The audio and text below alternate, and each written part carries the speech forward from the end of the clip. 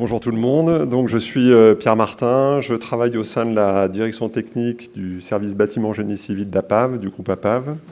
Alors je vais vous présenter, alors nous on fait de l'évaluation des risques de manière à garantir au maître d'ouvrage qu'en fin de construction, l'ensemble des risques sont bien maîtrisés par l'ensemble des acteurs de la construction. Alors, on va s'arrêter sur le volet sécurité des usagers. Alors, il est vaste dans le bâtiment parce qu'il peut concerner la sécurité incendie, la stabilité des ouvrages. Enfin, il est immense. Mais on va parler surtout du verre et de la sécurité des usagers lorsqu'on a des ouvrages verriers. Alors, on se pose ces questions-là lorsqu'on rencontre les bords de bâtiments, enfin, lorsqu'on rencontre un vide et les risques de chute dans le vide. Lorsque l'on rencontre, lors des évacuations de bâtiments, toutes les zones d'évacuation où on peut avoir beaucoup de personnes qui arrivent au même endroit, les risques de blessures en cas de heurt sur ces parois vitrées, les risques de chute d'éléments dangereux. Alors ça peut être des couvertines, ça peut être des tôles, ça peut être ce qu'on veut, mais ça peut être aussi des vitrages lorsqu'on parle de verrières. En cas de séisme, alors là c'est un sujet où il y a eu beaucoup d'évolutions ces dernières années, donc je m'attarderai un petit peu là-dessus. Et puis il y a d'autres risques liés à la sécurité incendie, liés au risque d'explosion, enfin voilà. Donc je vais surtout essentiellement vous parler de ces quatre sujets. Alors, le référentiel qu'on utilise aujourd'hui, vous le connaissez, je pense, pour la plupart, c'est le Memento Sécurité. Donc, c'est la partie 5 du DTU 39. Ce Memento permet au maître d'œuvre, justement, de choisir le bon vitrage en fonction de l'exposition au risque de blessure. Et donc, ce Memento, il a été rédigé par la commission de normalisation P78A, en ayant en tête un certain niveau de sécurité qui correspond à un usage normal des locaux ou normalement prévisible. Alors, bien sûr, c'est un guide de préconisation et après, libre à chacun de définir son niveau de risque en fonction de l'exploitation des locaux, particulière des locaux. Alors, là, ce que je vais vous faire aujourd'hui, ça va être une petite rétrospective des règles qui sont liées à la sécurité des ouvrages verriers. Alors, oui, un petit point, ce document a été révisé, a été publié en 2017, et donc dans la rétrospective que je vais vous faire, on en viendra jusqu'aux dernières modifications de ce document. Alors, on parle de verre de sécurité. Alors, il y a eu une grande étape, c'est que auparavant, on parlait de verre de sécurité, donc il y avait une norme française, et quand on parlait de vitrage de sécurité, on parlait essentiellement de vitrage feuilleté avec intercalaire PVB, et donc avec un mode de ruine où le vitrage reste en place. On parlait de vitrage trempé qui se casse en petits morceaux, et puis de vitrage armé pour certaines applications où les vitrages restent maintenus du fait des filaments métalliques. Alors ça, c'était jusqu'en 2006. En 2006, on a eu un changement avec l'obligation législative du marquage CE. Donc le référentiel qui a changé, c'était le référentiel européen qui s'est mis en place avec une ouverture à l'ensemble des vitrages feuilletés et divers intercalaires.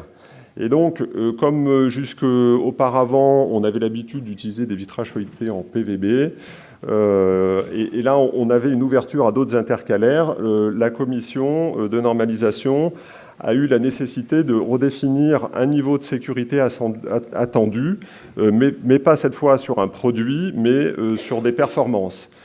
Donc, on a utilisé un outil, donc c'est des normes européennes qui permettent de déterminer le comportement à l'impact et le mode de cassure des vitrages. Et là, c'était un objectif donc de performance et plus nécessairement un produit comme le PVB.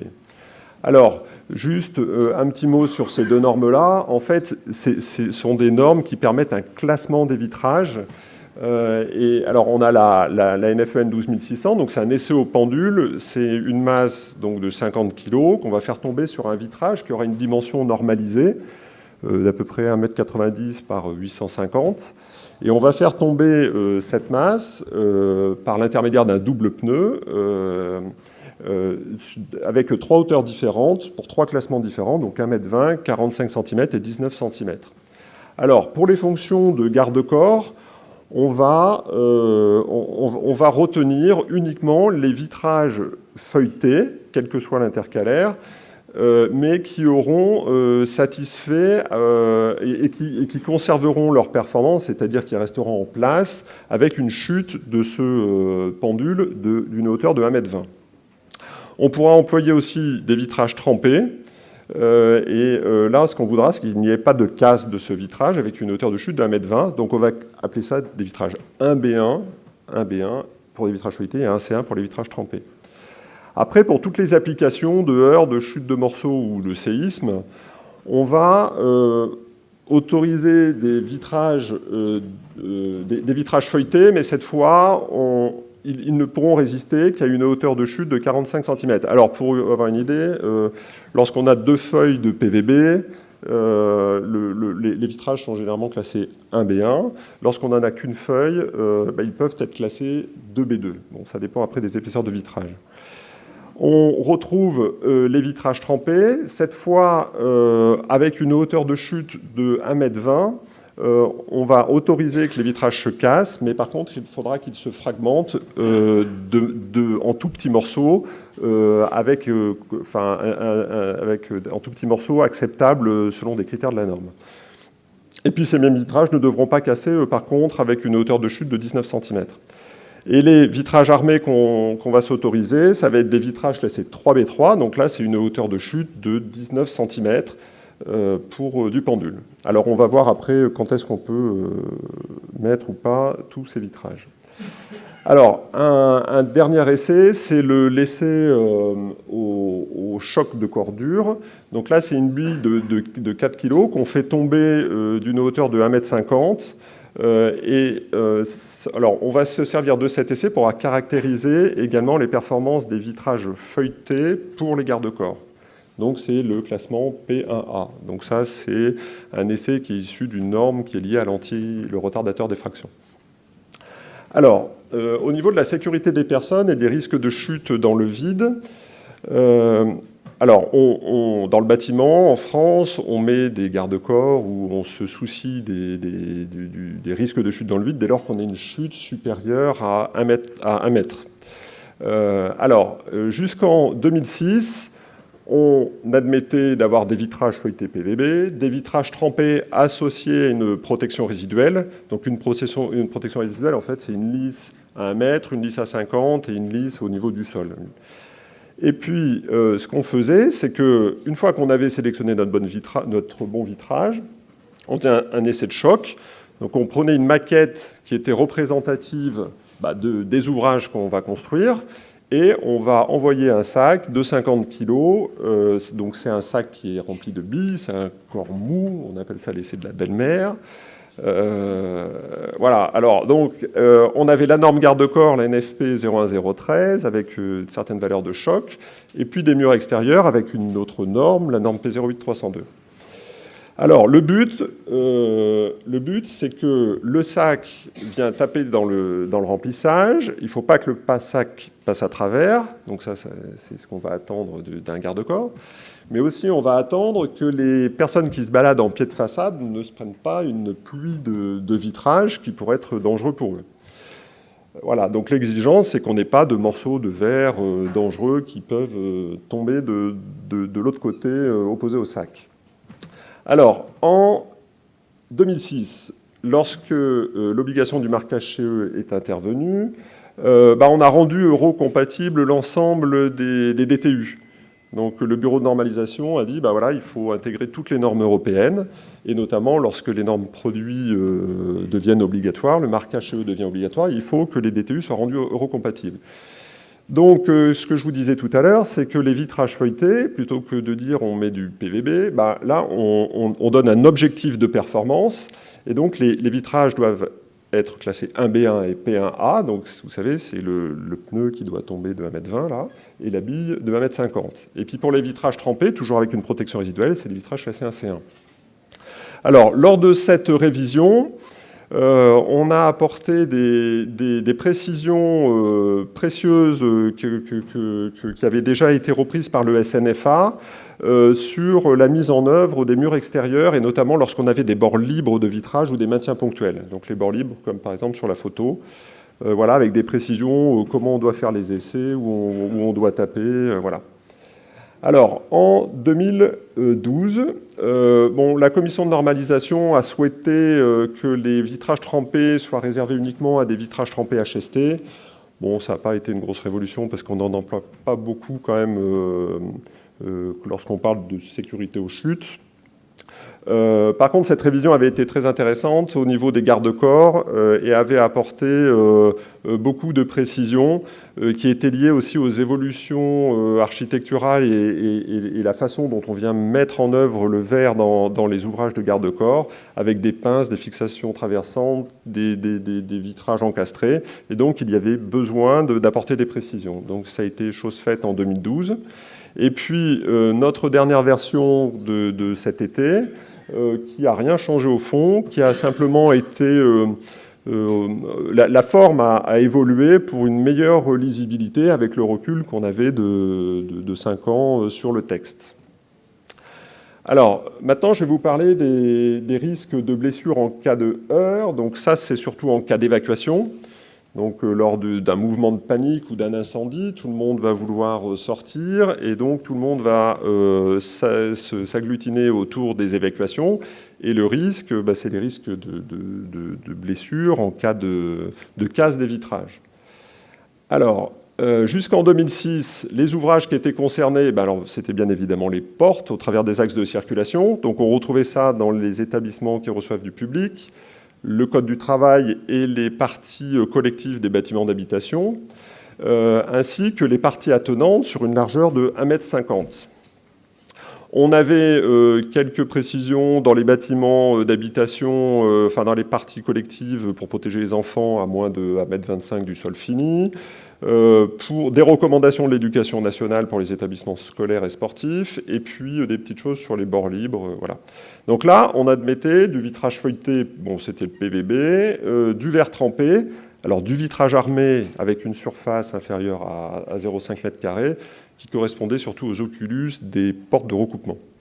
Et puis les vitrages isolants, les deux composants du vitrage devaient être en produits de sécurité.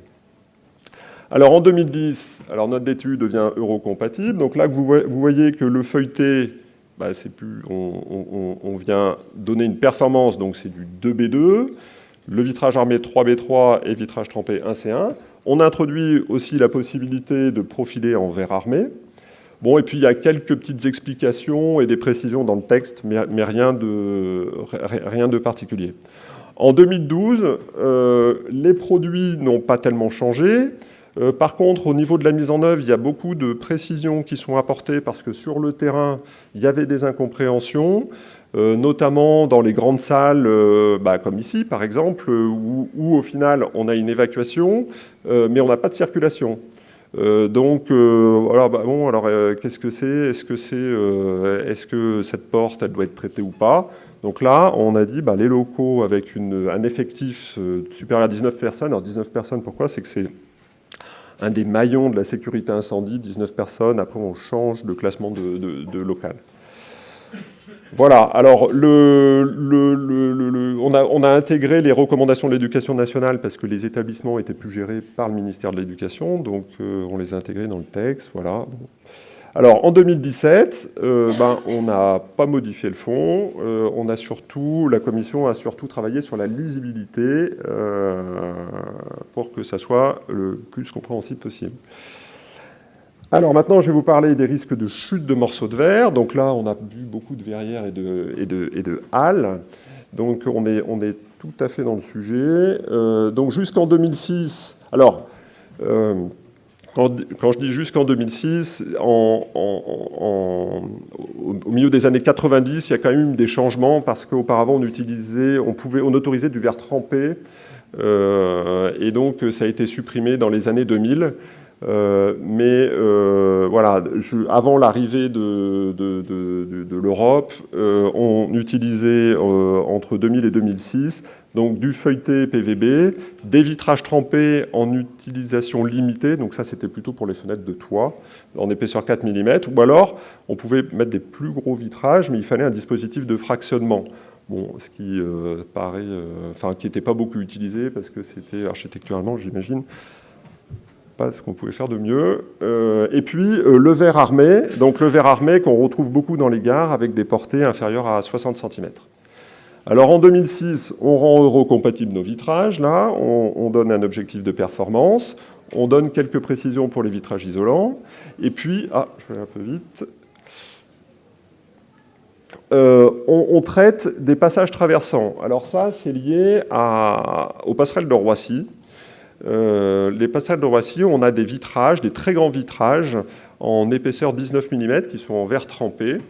Et il y a eu quelques cases de vitrage. Et le problème, c'est que alors les vitrages faisaient 3 mètres de haut par, je ne sais plus combien, 5 mètres de large, et étaient pris en feuillure haute et basse. Et le problème, c'est que lorsque ces vitrages cassent, ils tombaient, et ils tombaient au niveau des passerelles, sous les passerelles. Vous savez, quand vous prenez le bus pour aller prendre l'avion, ça tombait pile à cet endroit-là. Donc au niveau de la sécurité, c'était pas terrible. Donc on a donc modifié le texte en disant que dès qu'on a des verres trempés supérieurs à 10 mm avec des bords libres, on vient mettre des réceptacles pour protéger les gens qui se baladent dessous. Voilà. Bon, c'est pas trop commun d'avoir des vitrages trempés de plus de 10 mm non plus. Bon. Alors, en 2012, simplement, plutôt que ça soit du 2 côtés, c'est passé aux 4 côtés. Donc, c'est tous les grands vitrages pris en feuillure 4 côtés, en verre trempé. On met un réceptacle lorsqu'on passe sous la façade. Voilà. Alors, maintenant, je vais vous parler du séisme. Alors là, il y a eu plus de modifications ces dernières années. Alors, le séisme, alors, 2006, ce n'est pas une date clé, mais avant, on parlait des règles PS92. Donc, les règles PS92, vous voyez la cartographie, l'aléa sismique, il était pris en compte surtout dans l'est de la France et puis dans le sud-ouest.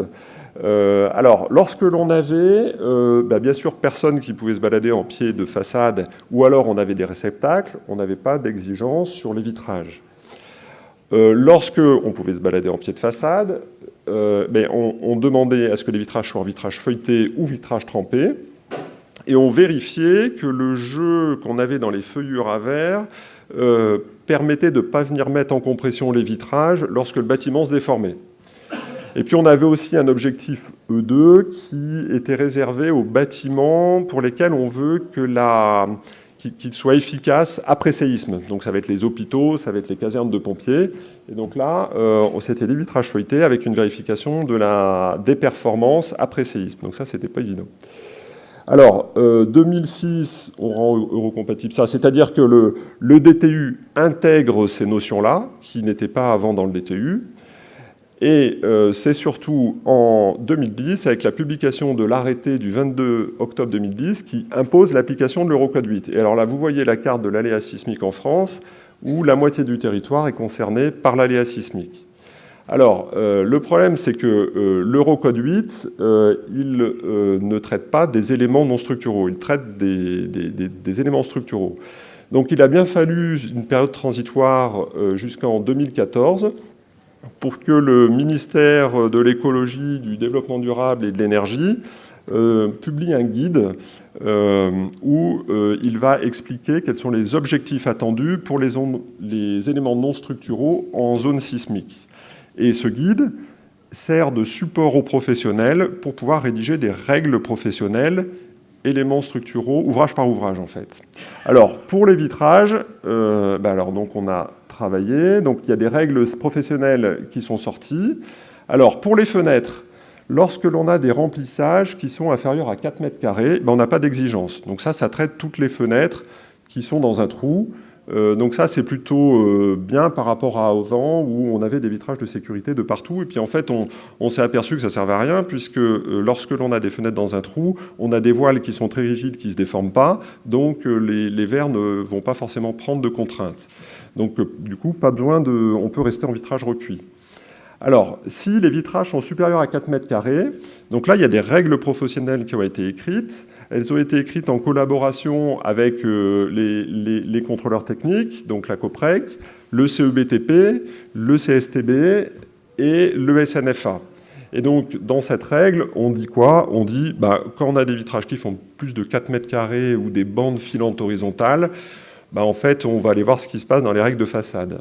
Alors, dans les règles de façade, donc là, c'est la fiche 49, et à chaque fois, donc ces deux fiches ont été reprises dans la dernière version du DTU 39. Alors, qu'est-ce qu'on a fait? Alors là, on a eu recours à l'expérimentation pour voir le comportement réel des façades sous séisme. Alors, soit lié à l'excitation due à la masse du verre, et puis également une vérification liée à la déformation des planchers, puisque lorsqu'on a un séisme, on a une déformation différentielle des planchers, et donc le risque, c'est la façade qui se met en parallélogramme et qui vient mettre en compression les vitrages. Et donc le but, c'était de voir ce qui se passait avec des vitrages recuits. Alors, on a pu bâtir un tableau, et on voit donc les zones qui vont de zone 1 à 5. Donc en zone 1, c'est les parties blanches, donc on voit le bassin parisien, là, où il n'y a pas de risque, donc il ne se passe rien.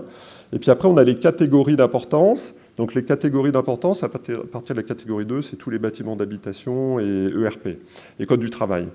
Et donc dans ces zones-là, en fait, on va dire il faut mettre des vitrages de sécurité, donc trempés ou feuilletés. Alors, juste pour les casernes et les hôpitaux, tout ça, là, on impose obligatoirement des vitrages feuilletés ou trempés. Par contre, sur l'ensemble des bâtiments qui représentent plus de 90% des cas, grâce aux essais, on a pu voir qu'on peut utiliser également des vitrages recuits. Et donc, les essais ont permis de montrer que la façade avait un comportement ductile, c'est-à-dire qu'elle absorbait énormément les déformations liées au jeu qu'on a en fond de feuillure des vitrages.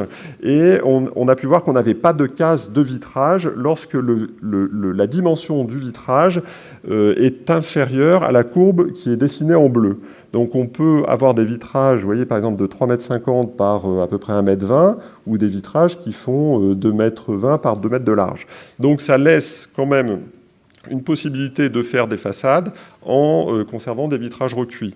Donc ça, c'est grâce à cette expérimentation, on a des exigences qui sont inférieures à avant, où on demandait des vitrages feuilletés ou trempés de partout, et on s'est aperçu que ça ne servait pas forcément à grand-chose.